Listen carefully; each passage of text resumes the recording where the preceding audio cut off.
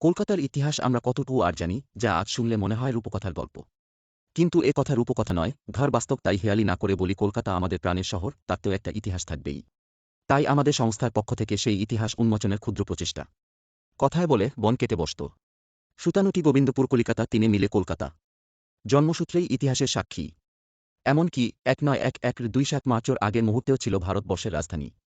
Job Charnock থেকে Robert Clive, Warren Hastings থেকে Bentinck, মেটকাফে, প্রায় সকলেই শহর কলকাতার ইতিহাসে একটি গুরুত্বপূর্ণ অধ্যায়ের সূচনা করে গেছেন।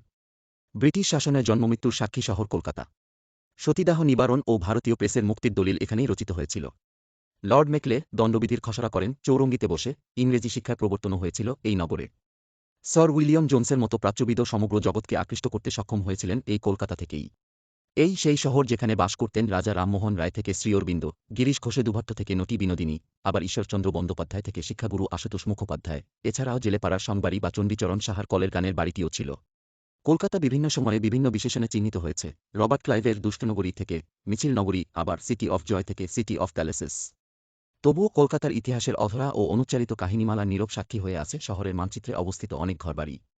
এরকম ১২টি বাড়ি নিয়ে এসপি কমিউনিকেশনস প্রা. লি এর ইংরেজি নতুন বছর ২০২৪ দিনপঞ্জিকার নিবেদন, ইতিহাসের ছায়ায় ঐতিহাসিক বাড়ি। অবশেষে ধন্যবাদ জানাই পরিকল্পনা, রূপায়ণ ও ভাষ্যরচনা শ্রীযুক্ত গৌতম বাগচি ও আলোকচিত্র শ্রী সাত্তকী ঘোষ। ধন্যবাদ।